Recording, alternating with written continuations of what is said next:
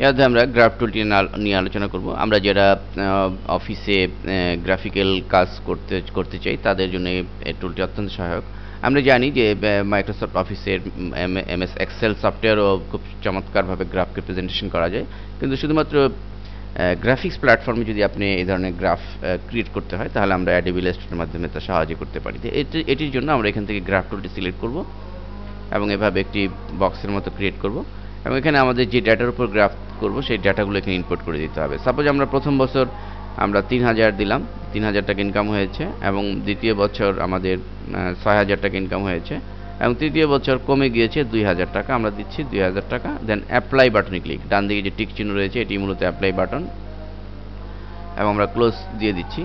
দেখুন ঠিক আমাদের ডেটা অনুযায়ী গ্রাফ কিন্তু তৈরি হয়েছে। প্রথম বছর যা ছিল দ্বিতীয় বছর তার চেয়ে বেশি ইনকাম বেড়েছে, তৃতীয় বছর আবার কমে গিয়েছে। ঠিক এই জিনিসটিকে সে প্রেজেন্ট করেছে।